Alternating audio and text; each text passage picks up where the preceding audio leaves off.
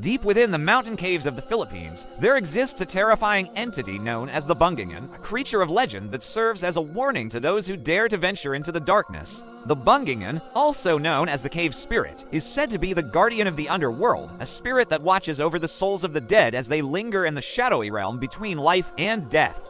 Its name comes from the old Ifugao word Bungangen, which means mouth or opening, for it is believed that the creature guards the very mouths of the earth. To the indigenous Ifugao people of the Cordillera Highlands, caves were not just natural formations, but sacred spaces where the veil between the physical world and the spirit world was at its thinnest. They viewed caves as the dwellings of the dead, where the souls of ancestors lingered and where the spirits of malevolent beings also made their homes. And it was in these caves that the Bungangen was said to reside. The Ifugao believed that the Bungangen was a shape-shifting spirit that could appear in many forms.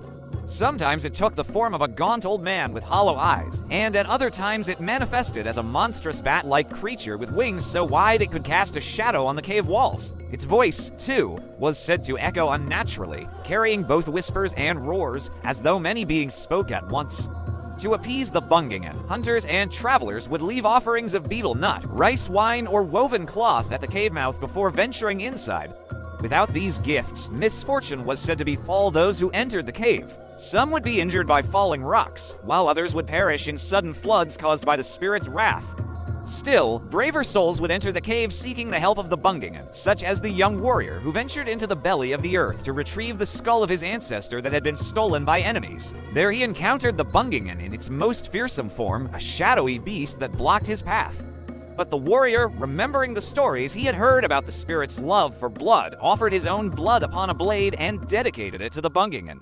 Impressed by his bravery, the Bungangen allowed him to pass and even helped him retrieve his ancestor's skull. But not all who entered the caves were so fortunate.